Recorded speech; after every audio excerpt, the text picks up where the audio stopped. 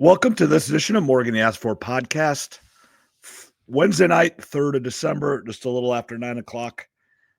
This wasn't our rundown. It just got done a few minutes ago. Iowa State scores a school record 132 points against Alcorn State. Who's the most famous athlete to come out of Alcorn State, Trev? Trivia for you. I don't know off the top of my head. Steve McNair. That's where he went. Oh, yeah. Steve McNair is. Yeah, you're right. So that's where he went. But, yeah, they won by like 60, 22 three-pointers. I believe that was another school record. So just Iowa State's just continuing to hum along. We're going to find out how good they are Saturday at 11 a.m. against Purdue at Purdue. So we're going to find out real quick. It's a lot of threes and good for them on a school record. And, yeah, you got a real test coming up versus Purdue. Iowa had one last night. Iowa State's further along than Iowa is, obviously, right, in their current situation. But, that's a heck of a game for Iowa State tonight. Yeah, it's just fun to do. At one time, Milan Momcilovic was 8 for 8 from three. Another guy went 7 for 10. It's just one of those nights. You don't get those very, very often. They're just fun to do. Let's hit on the Hawkeye game real quick. Then we'll get into the meat and potatoes, college football, and all the drama with that, and then the NFL. Iowa ran into what will be their problem all year. These players, for the most part, have not played in environments like Michigan State and against athletes as good as Michigan State. It showed yesterday. Now, I think by the time, March rolls around, Coach McCollum will figure out some things and the players will figure out some things. But it showed yesterday that they've been a Division II team and a Missouri Valley team, and they haven't played to this level of competition very often. Now, when they played Texas Tech last year in the tournament, that was a big environment, big-time team, but it was a neutral court. And Michigan State and Tom Izzo is a different animal than Texas Tech in a tournament. I don't care what anybody says. Izzo wanted to show Coach McCollum that it's his league and it's his place. And he did that. And the Hawks will be better for it, but they were shown yesterday what Big Ten basketball is all about. Yeah, it's a step up for them. Obviously, they played in the tournament last year, but, yeah, going on the road to Michigan State, Tom Izzo, one of the best coaches of all time. So I really wasn't that surprised they lost like they did. It was bound to happen. I think they'll do fine for the most part in Big Ten play, but when it comes to like a team like Michigan State, it was a wake-up call or whatever you want to say. But like you said, they'll be better in the long run for it. And I still expect good big things out of this team. Hopefully make the NCAA tournament. But I really wasn't surprised. It was our first real big test on the road and one of the toughest environments out there. So no surprise that they lost, especially by the margin that they did too. No, and it was there were 10 fouls in like the first 10 minutes. It was like, I think it was 10-9. Iowa might even have been ahead, or it was right about that score. And then Michigan State went on a 17-1 run, and it was over. But, yeah, like you said, not a surprise. They needed it, and they'll learn from it and be better for it. Let's get to, let's start with the Lane Kiffin drama. And I might be weird, but I am just intrigued so much by the coaching carousel and just all the drama that ensues with it. Just today, another, Chris Klieman at Kansas State retires. Colin Klein, Kansas State quarterback, comes back. Brian Hartline goes to South Florida. I think the rumor was that Klein was going to go to South Florida, and Kansas State caught wind of that and said, Klieman, you're out, because they knew they could get Colin Klein now, but if Klein gets to South Florida and he has a year or two where he goes 10-2 and 11-1, gets to a playoff, he can name his job. It's not Kansas State. So Kansas State said, Klieman, you're retiring. I don't care what anybody says. That's what happened. And then the surprising one is Hartline going to South Florida. Now, I think it's a good job. He's going to go there and he's going to go 10-2 or 11-1, and he's going to be able to name his job. But I thought Penn State would go after him. Now, what this entails is I think Penn State has their guy. They just haven't announced it yet. So I think it's between two guys, or at least these are the front runners. Now, I do think the BYU coach was in play. It came out yesterday and then stayed at BYU. But I think it's Brian Daboll or it's Manny Diaz. Manny Diaz was a D coordinator under Franklin for a while. Went to Duke. Duke's playing in the championship game on Saturday. So his season is not over yet. So I think that's why it hasn't been announced. And then obviously Daboll, little surprised if they're going after him or if that he's their guy that they haven't announced it yet, but there might be something with the NFL contract where he can't yet. I don't know that. Or maybe they do want to wait for Manny Diaz has said, wait till I'm done. And they're okay with that. But it is surprising that Penn State hasn't announced their guy yet. But depending on who they get, I will understand it. But it's completely fascinating. I love reading about it. And then let's get to Kiffin. Kiffin cannot get out of his own way. I think we talked about it a few weeks ago, his documentary, how he's a changed person. He loves Ole Miss. It's the best 6 years of his life. And then he burns it all down in 24 hours. Well, there's a lot to go in with Lane Kiffin. There's a lot of different directions we can go to. I think first and foremost, everybody's talked about this. The calendar's messed up, but let's go before the calendar though. Ole Miss, when they hired Lane Kiffin, they had to know this was a possibility. So when you get in bed with a guy like Lane Kiffin, you have to know if he succeeds here, he's going to move on to bigger and better things, even though you don't want to admit that. In the back of your minds, you have to have realistic conversations. Lane, this is the type of guy he is. Nothing's really changed. Some things he's changed in his life, but at the end of the day, he's going to do what's best for him, which I don't necessarily disagree with. The calendar is really the biggest problem. Yep. And no guidelines in college football. And we've talked about that for a couple of years with NIL, transfer portal, all this type of stuff doesn't go on in the NFL. There's a time and a place for it where these discussions can happen and transactions can be made, coaching and players. So Lane is Lane. Ole Miss knew it when they got in bed with him. It sucks for the players, but I don't necessarily feel as bad for the players as I would have 10 years ago because they're getting paid now. Yep. So it's ugly, but college football is ugly all around in many different areas. So, absolutely, I 100% agree. Lane Kiffin has not changed deep down. He had to do what he felt was best, and it can only happen in college football where you're in the playoff with a team that has a chance to win the national championship, but you're going to leave before it's over to go to a different place in the same conference, one besides Mississippi State, probably your next biggest rival, because you think you have a better chance to win the national championship, but not this year. I mean, that's just crazy to think about. But deep down, 98% of coaches would have made that move. There are many people that consider Alabama or LSU is the best job in the entire country. So him making the move from Ole Miss to LSU is not the problem. I don't think anybody blames him for that. Calendar sucks. And then he tried to, he wanted to coach Ole Miss through the playoff. And Ole Miss told him to take a hike. Now, LSU said, okay, that's fine. We'll pay you anyway. Did you hear this? They are going to pay him the bonuses that he would have got if he kept coaching Ole Miss and they kept winning. So if Ole Miss wins the national championship, LSU is going to pay Lane Kiffin an extra $1 million because that was a bonus he would have got from Ole Miss. That is hilarious to me. I did hear that, and for him to want to stay coaching, in a perfect world, that's what you do. But if you're Ole Miss, you have to let him go. I mean, you can't. You cannot do it.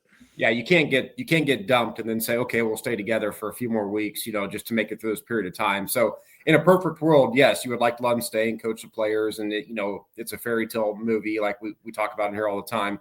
But you can't do that if you're Ole Miss. It's fascinating. There'll be, like you said, most coaches would have done this anyway, but given Lane's checkered past, it's one of the biggest stories in college football history. And then you've got all these other side stories coming out of he left his dog behind, but it really wasn't his dog, or the younger people are happy to see him leave. And of course, nowadays you don't know what's real on the internet anymore or on Instagram. I see all this stuff. It's exhausting to me. I don't have time to get on Google and research, okay, is this true? Is it fake news? Are these screenshots real? But all the dirty laundry is coming out now, and it's just it's fascinating. The flip side, though, is some people have brought up, when we were growing up, you would always leave to go to LSU. That was no question from Ole Miss or a program like Ole Miss. Well, Kurt Sonetti's staying at Indiana, and Matt Rule's staying at Nebraska. Now, Nebraska back in our day was a top-tier program. They're not right now. So some of these coaches are choosing to stay at lesser programs. The Texas Tech coach, they're giving all their money. So we don't have all the answers yet. We're going to find out over the next 3 to 5 years. Can you really build true powers at an Indiana, a Texas Tech, if Lane would have stayed at an Ole Miss, or do you really have to jump ship to go to an LSU or a school like that? Yeah, I mean, you think about Vanderbilt coach re-upped, Missouri's coach re-upped. There would have been a lot of times where the Missouri coach would have left for the Arkansas job. Now, I really don't think it's a better job now. I would have stayed at Missouri as well. But the BYU coach didn't go to Penn State. I think Penn State's a top 5 to 10 job in the country. But BYU has, they've got more money than God, literally, because Brigham Young and God, or whatever you want to call him, they own so much stuff. They have like the most cattle in the world. I mean, it's crazy what the church owns. And then let alone they've got, the crumble cookie guy said, well, I guess I'll write a big check to keep our coach and our NIL budget going. So, they paid $7 million for a basketball player. They are right at the top. Them and Texas Tech are the 2 highest funded football programs. And funny to say it, they're playing for the championship on Saturday. He's on the verge of making a playoff. They were in the tiebreaker last year. I mean, it wasn't like this isn't a fluke deal. They lost the tiebreaker last year against Iowa State and Arizona State. So, yeah, we're going to find out who really has money. And now I was listening to somebody this morning, and I listened to too many podcasts, so I cannot remember which one, but it was, everybody's talking about who's the have and the have-nots.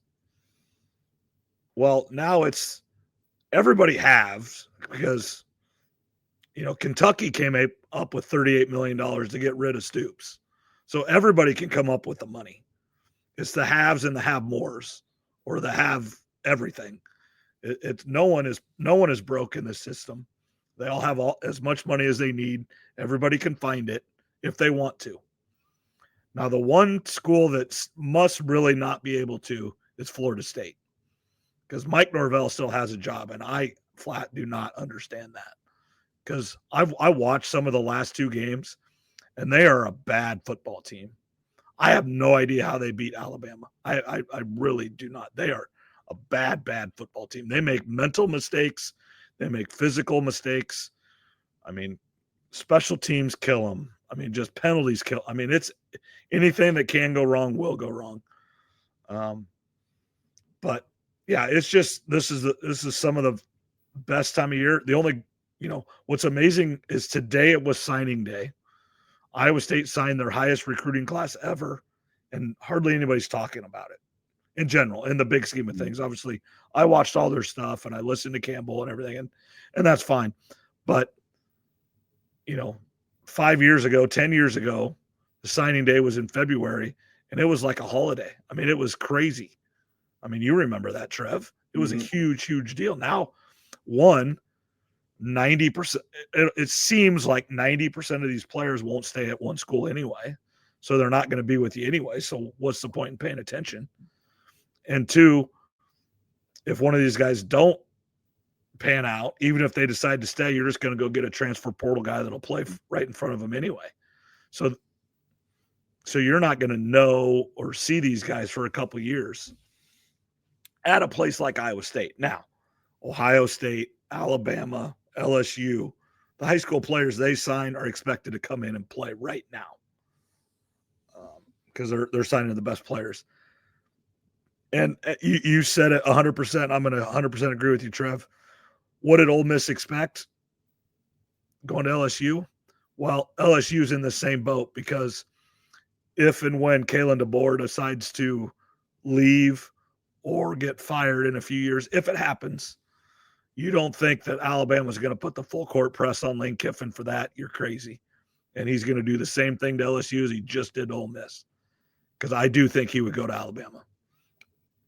Yeah, Joel Clapp brought that up today, and I didn't even know that, but that's my first. This is going to Penn State, and he goes, the reason Penn State hasn't hired a coach yet is probably, first of all, because they fumbled part of it. Right. They fired a pretty good coach, a decent coach at least, too early, and then they didn't get the candidates that they wanted. He thinks they're holding off for the two names that you mentioned, but he also brought in Kalen DeBoer. What if Kalen DeBoer loses on Saturday?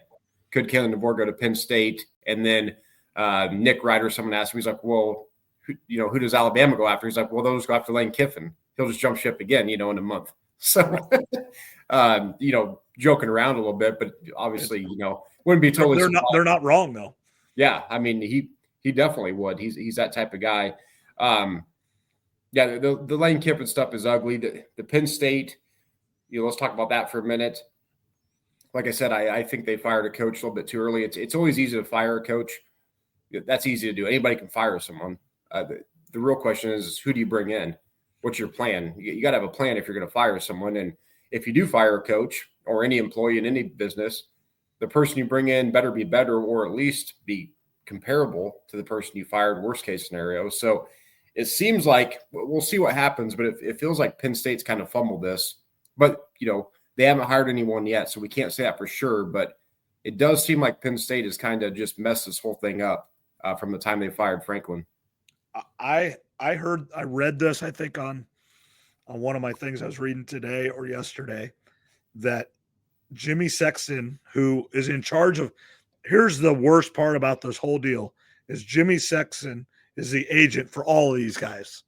Every coach that's been hired and fired, and the AD and the ESPN personalities. That's the problem with the whole thing, is one guy's getting paid for all these guys. I mean, he's Herb Street's agent. He's Reese Davis's agent. He's Nick Saban's agent. He's Lane Kiffin's agent. I mean, it's just, I believe he's James Franklin's agent. And he's telling his clients not to go to Penn State, is what I read. Because he goes, it just wasn't fair what they did to James Franklin. So that's your top coaches. Yeah, I've heard and read the same thing. So that seems to be what's going on. Brian Daboll, I'm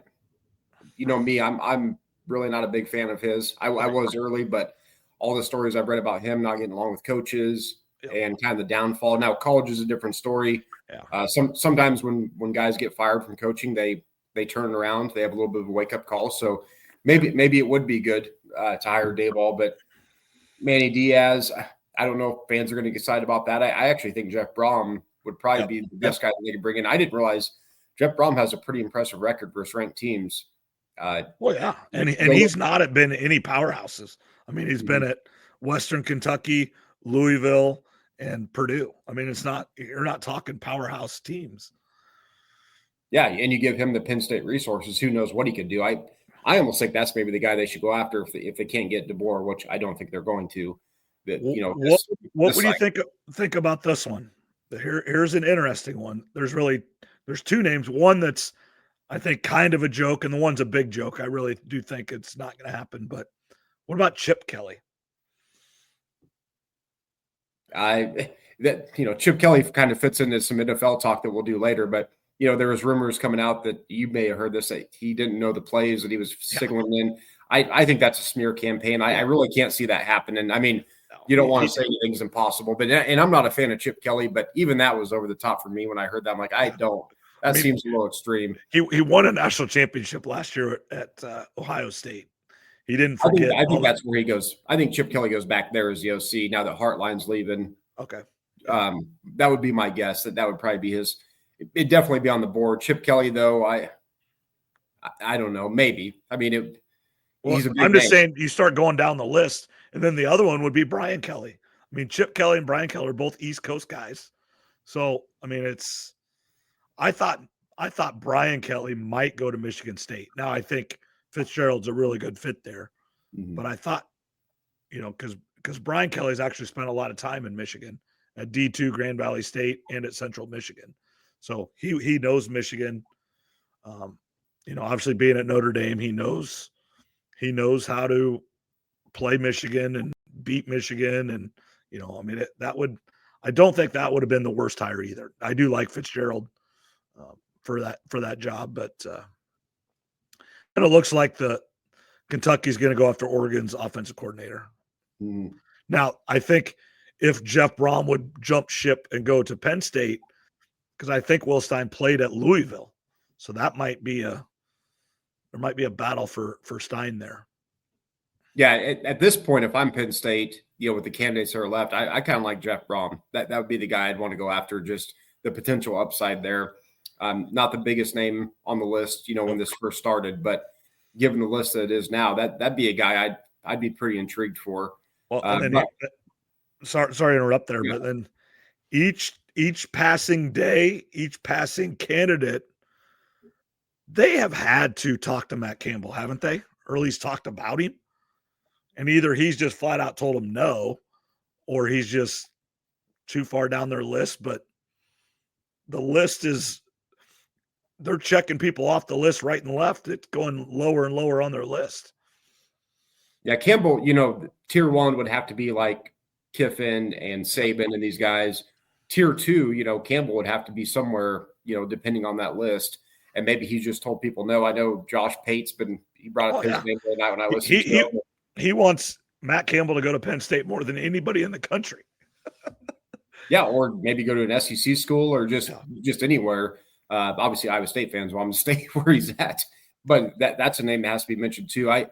We'll see who Penn State hires. Like I said, right now it feels like they've really just fumbled this whole thing from the very beginning. But if they get the right guy, Manny Diaz, Jeff Brom, Brian Daboll, maybe it'll work out at the end of the day. But they fired their coach early, and they're the last to hire of all and not just at the big schools, even the small schools. They're right. One of the few that still haven't hired someone, and that's what Joel Klatt was saying today. He brought Manny Diaz, Jeff Brom, and he said, an outside chance, jokingly, but not off the table, of Kalen DeBoer. And Kalen DeBoer is he's from South Dakota. He spent time in Iowa, like at Northwestern or Morningside and Sioux Falls. So he's a Midwest guy. The offensive coordinator, Ryan Grubb, is from Iowa. There was some talk of, when they hired Tim Lester as the offensive coordinator, that they should have went after Ryan Grubb and then essentially made him coach in waiting for Ferentz. I mean, there was some talk there because you would have had to give him more than just the offensive coordinator role for him to leave Washington at the time when they were rolling up there and getting to I believe they made the playoff and everything last year or two of the Pac-12. But yeah, it would be real interesting if Alabama loses on Saturday. Somehow they don't make the playoff, which I think they'd be really close to not making it. I do think they still will, but it would be close. I mean, if BYU would beat Texas Tech, that would be maybe they would get pushed out. I do think they'd push out Notre Dame before Alabama, but it's going to be close if they lose on Saturday and if some things happen. And DeBoer would leave. Lane Kiffin he'd have to just be screaming, "You got to be kidding me." But I don't know. Because if Alabama doesn't go get Kiffin, who do they go get? I mean, the first two calls they make are Dan Lanning and Kirby Smart. But I don't think you leave Oregon or Georgia to go to Alabama. No, you don't leave Georgia because they've got more money. You don't leave Oregon probably because they've got more money than Alabama does. Bringing up if they lose on Saturday, Josh Pate still thinks they're in because he said last year the ACC championship, the loser still got in. So they have to stick to valuing the conference championship games. They're not going to, though, because if that's the case, BYU would be in. They're only going to have 2 losses, both to the same team who's going to be ranked number 3 in the country, or 3 or 4 in the country. Mm-hmm. So that's not true, but they will. I mean, I agree that they'll still get in, but that's a whole different argument. But that's my Big 12 bias. That's your Big 12 bias coming in. Yeah, no, if BYU loses, they're 0% chance getting in. Right. I agree. And unless chaos happens. If Alabama would lose and Duke wins and they don't move Miami in, there is a chance, but it's very, very unlikely. Right. And yeah, if Duke wins, then yeah, there's a real chance that ACC doesn't even get in the tournament, which is a whole nother, because the ACC doesn't have to get a team in. That's a lot of people didn't know that, including myself going into the season. Well, there was a little outside chance of that last year with Iowa State and Arizona State. Now it ended up not working that way because both Iowa State and Arizona State were ranked higher because somebody got beat. But yeah, there's a good chance. Now here would be the interesting part is I do think Duke could get left out, but I think they probably could still take Miami just as an at-large. They wouldn't take the champ because they're ranked higher. And that's what needs to change too. I mean, that the ACC is just, I understand what happened, but and there's these conferences are all too big. I mean, it was a mess last year with Iowa State, Arizona State, and Colorado and BYU. It was a 4-way tie. None of them played each other. I mean, it was crazy. So, but yeah, you've got a 10-2 Miami team that did not make the ACC championship that's ranked higher than both teams, and one team not even ranked at all because they were 7-5 because they lost to Tulane and they lost to UConn. I mean, it's insane. It's a mess, and that's probably why they need to get to the watch. This whole thing is we're going to expand now. This is what's going to happen, and we do need to probably get rid of the committee and just go to the 4-4-2-2 or whatever the format's going to be. And some people say, well, okay, well then some years you might have an 8-4 Big Ten team that gets in. Well, yeah, but look at the NFL playoffs.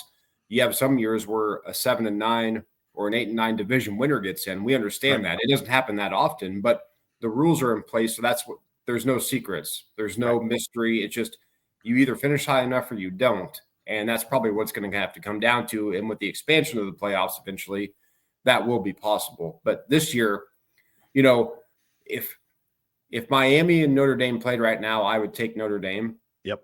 But the problem is they're not playing right now, and their resumes are similar. So I do think that Miami probably should be in over Notre Dame because they did already play, and Miami won the game. Even though I think if they were to play right now, I would pick Notre Dame to win the game. Yeah, I 100% agree. I also would pick Notre Dame probably to beat Texas A&M today too. Mm-hmm. But when they played, A&M won at Notre Dame. Yeah, no, and that's has to mean something. I mean, it can't be you can't play these games and not have it mean anything. So that's a problem with the committee. It's also the problem too with most all other sports have playoffs. Now college is a little bit different because you have selection tournaments, but there was basketball and football and all this stuff. So it gets a little bit hairy, but with college football becoming more like the NFL, there just probably need to get rid of a committee and just have a structured, however many of the top teams from each conference make it, and then some at-larges. And of course the Notre Dame bid, which they're always going to have unless they join one. It's not completely fair, but at least everybody knows the rules. That way there's no surprises going into a season. You just know if you're in the Big Ten, if you finish fourth, you're in.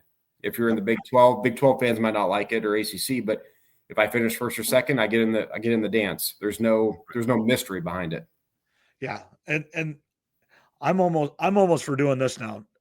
Skip 16, go to 24, and essentially take the top 24 teams. Just take them and just seed them and go. No automatics, no, just 1 through 24, whatever it is, just like you're saying, go earn it on the field. You're going to have 4 lost teams. That's okay. You're going to everybody that's, 11-2 or, 11-1, they're going to get in no matter who they are.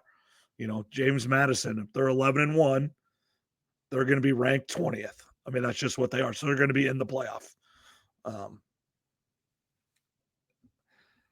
And then here's the other thing.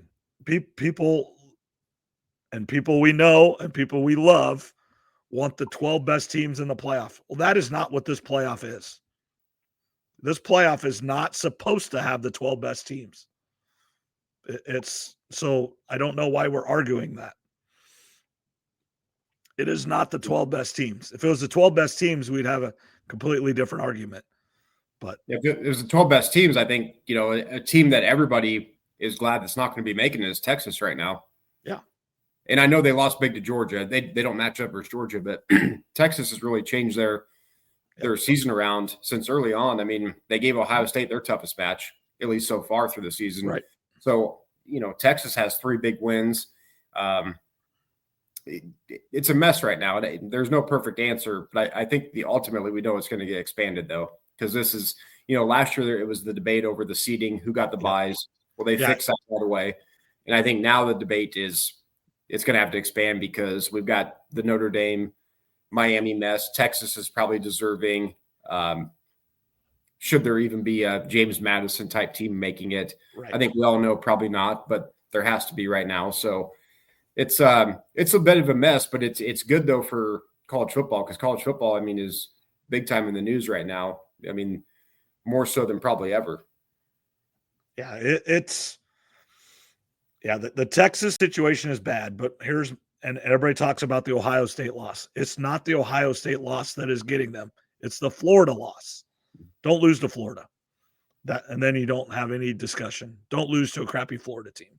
Don't lose to a crappy Florida team, but also, as Urban Meyer said, this is going to push teams away from playing Ohio State versus Texas or whatever these games are instead of just playing Old Dominion and Chattanooga State. That's just who they're going to schedule. It's like what Indiana did this year with their non-conference games. So, the SEC is going to SEC is going to play itself out a little bit more going forward because they are going to 9 conference games. That's some of their problem right now is they only play 8 conference games with 16 teams, so they don't play anybody. There's a good chance. Well, you look at Texas A&M, you look at the standings of the SEC, they truly played the bottom, like 7 teams in Texas. I mean, it's bad. I mean, they played nobody that's ranked. Mm-hmm. Now, when the schedule came out, they played LSU, they played Florida, but for this year, they stunk. And it wasn't. I mean, A&M just got lucky. Mm-hmm. So I don't know. Now they beat Notre Dame at Notre Dame. That is a great, great win. But I have a problem with A&M too. I mean, because they haven't beaten anybody but Notre Dame right at the beginning of the season. But in conference play, they beat nobody. That's the way their schedule worked out. If you look at their schedule, it's all the bottom feeders and teams that have fired their coaches, like you said, and they did have a good win versus Notre Dame. That can't be taken away from them. But they lost to Texas. I don't know. I've heard everybody's side of the story on this all week, and expansion and who deserves to be in, and head to head and resumes, and who's the best 12, or is it really the best 12? Yeah. It's a mess though, but it's good for college football. Like I said, they're in the news. Everybody's talking about it. It's great. And like I said, you and I know this. We've been talking about this for a while. It's just going to lead to expansion. And then, of course, if they go to 16 or 20 or 24, we think that's going to fix it. But then we'll be arguing about 24 versus 26, or the 27 team. I don't think it will be as bad, though. It won't be as bad. You're right. Because when you get to 24, let's just say you go to 24, you're going to have, I mean, just kind of in my head, you're going to have 5 Big Ten teams. You're going to have 5 or 6, maybe 7 SEC teams. You're going to have 3 Big 12, 3 ACC, and then you're going to have 2 or 3 others, Notre Dame. And then, one year you might not have any of the G5. And so you get an extra Big 10 or an SEC. And then some years there might be 2 G5s and 1 less Big 10 or SEC team. But it'll work itself out. So, and you're going to be talking about 4 and 5 lost teams being left out instead of 2 or 3 lost teams. Yeah, no, you're right on that. the discussions won't be as heated because when we talk about a 4-loss team or a 5-loss team, which at that point you've lost too many games. Where I do feel kind of bad is if a team has 1 loss or 2 losses, right? Like a BYU potentially, or Notre Dame or Miami right now with 2 losses. Yeah. The NFL, you can go 10-7 and make the playoffs. I mean, you can lose 7 times. Right. Now the competition's a little bit more close week to week, but teams are allowed to lose. These are 18 to 21-year-olds. You should be allowed to slip up or 2. Now, if you slip up 4 or 5 times, that's a different story. And we have allowed it because 4 years ago or whatever it was, Florida State went 13-0 and didn't get a chance to show it. Right. Now, a little bit different, but for the example there, if it goes to 24 and we're talking about who gets in and who gets out, Iowa's in that discussion. They're 8-4, ranked 22nd, I believe. They're right on the border there. So, I mean, that's the type of team we're talking about getting in the playoff or not. Iowa State would be in that discussion as well, because they have the same record. They beat Iowa. They have the same conference record. I mean, it's just, those are the arguments you have. You're talking. That'd be one of the big arguments. It'd be Iowa. It absolutely would be. But that's the team. So again, you're talking about teams that 98% chance are not going to win the championship. And I really think we're not talking about teams that can win the championship, but Miami has some players and they've got quite a bit of NFL talent and they beat Notre Dame. They could win a game. They could, I mean, I don't think just putting them in, they're going to go get blown out. Even if they're the 12 seed, they go play the 5. Let's just say it's Ole Miss. I think that would be a really good football game. Yeah, no, I agree with that. They've got NFL players, and it does feel like we'll see what happens Saturday with Indiana, but it feels like there's Ohio State, and then we'll see how Indiana plays it. But then it feels like everybody's just bunched together. And I don't know who could – I mean, it feels like anybody could finish in the Final Four of the championship game, again, assuming it's Ohio State versus the field, right? I believe everybody kind of has that same feeling this year. But, yeah, Miami – as close as their resumes are, it just, if they get snubbed out of this thing, I'm guessing the committee is hoping that Texas Tech beats BYU. Right. And then Alabama beats Georgia, and then a team slides in. Yeah. The real interesting one is let's say Georgia beats Alabama by 20. Then what do you do? I think they'll keep Alabama in. That'd be my prediction. Yeah, even by 20. Mm-hmm. Yep, I think they could lose by 30, and I think Alabama stays in. Yeah, I mean, I don't. If they get blown out, I think there's going to be some discussion, but we'll see. There should be discussion. That's my prediction of what the committee would do. Yeah, and every time I hear the word committee this time of year, I just think back to Mike Leach, and he goes, "You know what we ought to do? We ought to make a committee." And put people on it that don't have any idea. They have nothing to college football. Just we could go have a fancy dinner and stay at a nice resort. That's what they're doing. Yeah, it's exactly what they're doing. Yeah, I miss Mike Leach. Can you imagine him today with all the NIL and the transfer portal? Can you imagine him sitting? Let's just say he was still at Mississippi State coaching. His press conference today on signing day. And someone asked him about the Lane Kiffin situation, he would have went on for 15 minutes about that. Yeah, I don't even know what his response would have been. He would have been talking. It would have been something crazy, though. That's for sure.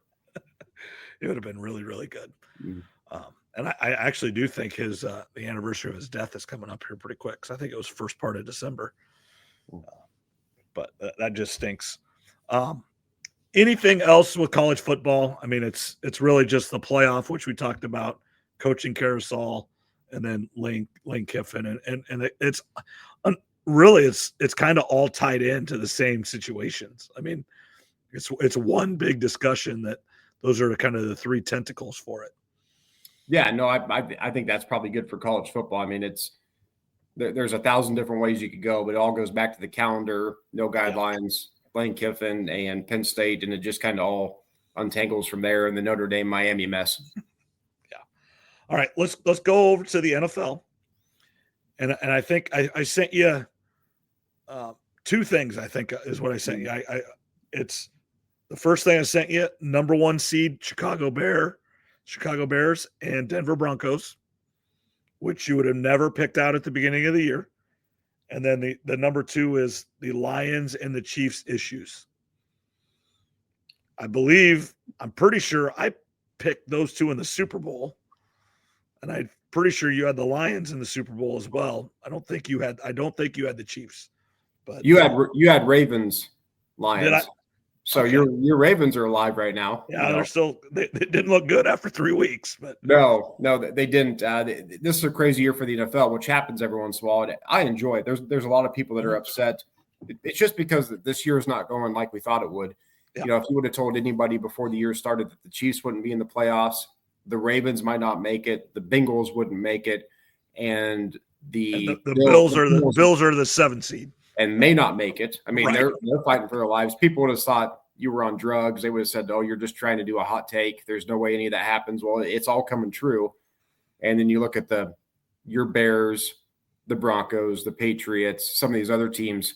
It's just one of these years that probably needed to happen. Actually, I think it's going to make for a fun playoffs. I keep looking at the potential playoff brackets each and every week. I'm like, I don't know who I'm going to pick. Part of me wants to pick the Bills to go on a run, but they can't stop the run. And we've talked about them. They've been up and down all year. Your Bears are ahead of schedule, and they've had a lot of fourth quarter comebacks or second half comebacks. I don't know how good they actually are, but we talked about this a few weeks ago. If they keep improving every week, there's no reason that they can't make a run because they run the ball really well. Caleb's pretty clutch toward the end of games, and their defense gets a lot of takeaways. And if they do have home field advantage, or they happen to just win the NFC North and have a home playoff game, I mean, Soldier Field's going to be one of the toughest places to play. And running the football and playing good defense, that's what December and January football is all about. Yeah. I mean, it's, we're going to find out. Historically, they have, in the last 25 years, they have a horrible record against the Packers. They play them 2 out of the next 4 weeks. So we're going to find out what they're really made of. But I think you're going into those 2 games in a split. The 49ers are in there. That's going to be a really hard game. And then I think you have Detroit again, I believe. I think that's so. And you would have said that was going to be a really hard game. And I do think it still is, but Detroit doesn't look good right now either. No, Detroit and the Chiefs, they don't look good at all. I mean, they look average. They're an okay team. They're not a dumpster fire by any means, but Detroit's had injuries. The back end of their defense is bad once again. Their interior line's not doing very well. The loss of Laporta seems to really be stinging for the past couple of weeks. They're not as good on 3rd and 4th down, which you could probably say that comes down to Ben Johnson. So losing him was a pretty big deal. The Chiefs, I think it's just a matter of we've talked about this too. I don't think the dynasty's coming to an end. Everybody's saying that. I think it's just a reset year. Yeah. All the games are taking a toll. They're going to have to have some draft picks, of course, but I wouldn't be surprised if the Chiefs miss the playoffs this year and then the Super Bowl next year, the following season. That wouldn't surprise me at all. The Chiefs aren't going anywhere. As long as Mahomes and Reed are there, they've proven. I think Mahomes is going to get another Super Bowl, maybe 2. But this just might be a result of playing all these games over the past 6 years, the wear and tear on the bodies, the cap situation. And it's just tough to keep up every single year. Even the Patriots couldn't do it. Yeah, did the Patriots get to 3 Super Bowls in a row ever or not? I don't think so. The Chiefs had the greatest. They won 2 in a row and made it to a 3rd. I believe that they were the only team to ever do that. Now they lost. Right. But I don't think any team had ever won 2 Super Bowls and then made it to a 3rd. Obviously, the Bills made it to 4 straight, but they lost all 4 of them. Right. So it's a little bit different circumstances. I mean, the Packers, I thought a few weeks ago, they had a broken offense. Now their offense looks completely fixed. So NFL is a week-to-week league. It could change in a hurry. The Cowboys and the Texans are really hot right now. The Jags are hot. The Colts could miss the playoffs. There was I listened to radio show to Des Moines, and I think 2 weeks ago, one of the guys that talked said Colts aren't making the playoffs. And the other guy, it was Miller and Condon, and it was Kenny Miller that was saying Colts aren't going to make playoffs. And Condon was like, "You're crazy." Well, he's not crazy. It's looking that way. They've got a tough schedule. Sauce Gardner's hurt, who they just traded for. Daniel Jones has the leg injury that we know about, and they just haven't looked the same. And every year in the NFL, there's teams that start out hot, like the Tampa Bay Buccaneers and the Colts, and they fade.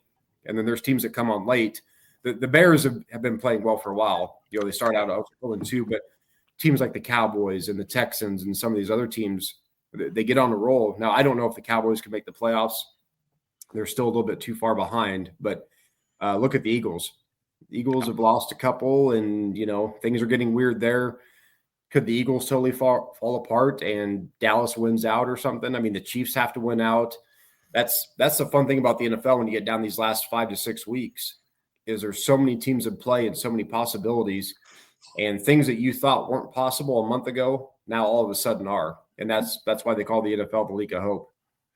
Well, and you think about the week 1 with the Chicago Bears and the Vikings. McCarthy had to have an unbelievable fourth quarter to win that game, or the Bears are 10-2. And he looked like he might be their franchise quarterback, and now he can't even start. And then the next week, the Bears go play Detroit and give up like 51 points, and you think the Bears are awful again. It's just that close. It is. The margins are small, and that's what makes the NFL so fun. And like I said, this year is so weird. Everybody, and I'm guilty of it too, there's a lot of people that are like, well, we can't see the Broncos or the Patriots or the Bears going on a run in the playoffs. It's like, well, and I'm kind of that mindset too, but it's like, well, why not? I mean, again, if the Bills get in, which I think they will, but again, their run defense is so bad. The offense is hit or miss at times. This does seem like the year that the Bills need to break through, but they're going to be playing on the road. Yeah. I mean, they're not going to get a home playoff game, unless something crazy was to happen and they win that division. So the Ravens could win their division and host a playoff game, but their offense looks broken right now. Lamar looks something's off, injury. It's a wild year for the NFL playoffs. So I mean, if you're a betting person, you could pick just about any team, and I think feel pretty good about it. If Bo Nix can play at a league average level at quarterback, the Broncos could certainly get to the Super Bowl. And the same could be said for the Bears or the Patriots. If Bo Nix could play half as good as he does in the fourth quarter, the other 3 quarters, he'd be pretty good. Yeah. And it's just a different year. I could never imagine before the season started that this is how the playoffs would be looking right now. I mean, you can get on like DraftKings and do all these different combinations of teams that are going to make it and teams that are going to miss. And if you have these right matchups, I don't know what a $5 or $10 bet may pay out you more money than you would even know what to do with if it ended up hitting. It's just it's a different year for the NFL, but it's exciting. There's some people that aren't liking it. A lot of those people are probably fans of the Chiefs or the Ravens, Bengals. Some of these teams are expected to be really good. I find it really interesting, and I'm really looking forward to the playoffs because we're going to have some fresh blood in there, and it will be interesting to see the young quarterbacks that make it, who steps up in the playoffs and who shrinks, because I doubt all of them are going to step up and play well. So, again, that goes back to the Bo Nix, the Drake May, Caleb Williams. Well, yeah, because you're going to have – let's just say the Patriots hold on and get the 1 seed and get the bye. 2 seed Broncos hosting the Bills, Mahomes or Josh Allen. So the way better quarterback, but they have to go on the road. You're going to have the young gun versus at home versus instead of, Bo Nix having to go to Arrowhead and play Mahomes where it's not going to go well. Mahomes or Josh Allen's got to go to Mile High and play. Yeah, if we get that 2-7 matchup that you're talking, I know how I am. I'll probably pick the Bills or the Chiefs. Yeah, so you're taking the Chiefs even if they don't make the playoffs. Yeah, well, yeah, no, but even if one of those teams has to go to Mile High, I know the Broncos have the better team, right, and the home field advantage. But I know how I am. I'll probably go, well, it's a year too early, even though it might not be. So, like I said, if you're a betting person, you can get, if you really believe in a team or 2 teams, you can get some good odds right now to win the Super Bowl. Wonder what the Chiefs' odds are to make the playoffs, because like you said, they they essentially have to win out, don't they? I mean, it's not like 100% that way, but they've got to win out. Yeah, they just have to win out. That's the easiest way to put it. There's a lot of different scenarios, but that goes for a lot of teams. I mean, the Lions almost have to win out. The Cowboys almost have to win out. Not quite the Colts and the Texans and the Jags, but that whole division's, kind of clustered right now. So it's a fun time in the NFL. It's different because the past 4 or 5 years, it's felt like the same teams, a little repetitive with the AFC teams. The Chiefs always broke through, and then the NFC, it was a lot of the Niners and the Eagles. right. And it feels like we might get some new teams this year, which I'm excited for. Who is the best team in the NFL right now? I still think it's the Rams, but the Packers are coming along pretty well right now. That's what I read an article that the Rams are still the best team, even though they lose to Carolina. Yeah. Which Carolina's not Carolina 3 years ago. They are better. Carolina might win their division, so they're not a bad team by any means. Right. I still think it's the Rams because of the quarterback and the coach. They've proven it. That would be my betting favor going into the playoffs. But the Packers are looking good. Their talent's finally starting to rise. They may be getting Jaden Reed back at wide receiver and Matthew Golden, which is really going to help them. The Rams laid a stinker. It happens in the NFL. I'm not losing any sleep over that, but it's going to make for a fun finish here. The last month of the season. My prediction right now would probably be Rams Packers NFC Championship, and the AFC Championship game. I'd like to think the Bills could find a way to get there, and then probably versus the Patriots or the Broncos would be my guess, but I don't know. This whole year has got me confused. And last thing, the 49ers are looking a little better with Purdy. He's not having always the best game, but the team is winning, and they do look better. And everybody that wanted Mac Jones to be the quarterback, he's not it. Brock Purdy is the leader of that team, and Brock Purdy is the quarterback that will lead them there. And as long as, McCaffrey stays healthy, Purdy stays healthy, and Kittle's back now, I think they have a chance. Yeah, they definitely have a chance in the playoffs, given their history. They have the coaching staff. But yeah, Purdy's their long-term answer. He signed the big contract. Mac Jones is a great backup to have, and they do have him under contract going into next season. So they could good, or they could trade him to a desperate team like the Minnesota Vikings and get a high draft pick. If I was the 49ers, if the Vikings offered me a third, I wouldn't do it because he's too valuable. Given that Purdy's been banged up a little bit in his career, I'd want to keep him because he's proven that he can win us games. Now, if the Vikings offer you a second or something better, then you'd have to think about it. But yeah, the 49ers are going to be a team to be dealt with. I mean, I wouldn't be surprised if they're there in the NFC Championship game either. I mean, they've proven over the years that they can do it. Even though they have a bunch of injuries on defense, they've got Robert Saleh coaching them up. He's going to get another head coaching job out of this because they've lost Bosa and Fred Warner, and they're still performing well. So it's wide open. It's a wide open year for the NFL, which I think makes it fun for a lot of fan bases because it's, like I said, the last 4 or 5 years, we kind of known who was going to be there. You and I kind of predicted the same teams like everybody did, and that's all coming crashing down now this season. We were wrong. Shocker, right? Yeah, I mean, definitely. I mean, your Ravens or my Bills could still get there, but neither of them's playing that well. I mean, they may get into the dance, but they're not playing at an elite level either of them. Nope, very good. Last thing here, Trev. Did you get any Zach Bryan tickets? No, I did not. Tara got some. Did you get any? I got 2 to St. Louis. Oh, okay. That was the one I was signed up for, or that was the only one I got a code for. I couldn't get any. So no, that's good. I think I am going to the show in Lincoln. Yeah. But I'll have baseball. I think that's in April. I'll have baseball that Saturday. It's a great day for it. I mean, it's a Saturday. I think Friday night or Saturday night in Lincoln. That'd be a great place to go. But I knew it just wouldn't work. I almost positive I'll have baseball that weekend. So yeah, and I think I signed up for probably too many shows because there's some out like in Denver, in Arizona. And the only one I got one was for the St. Louis show, and I waited in line and I couldn't get nothing. I've been traveling this week. I'm actually up in Fargo, North Dakota right now. Oh, and how's it up there? Is it cold? It's -8, and I don't know what the feel like temperature is, but it's bad outside. It's bad. It's supposed to be like -10 here tonight too. I mean, it's probably pretty similar to what it is there in Iowa. I know it's cold. I was going to go get something to eat, and I'm staying at the DoubleTree here in Fargo, and they've got a restaurant. And I just said, I'm not even leaving the building. Went down there and got a sandwich and some fries, and I'm just staying inside. I'm gonna try to make my way back tomorrow. We'll see what the weather does, but it's deadly cold outside all over the Midwest right now, and maybe some other areas. Yeah, it was.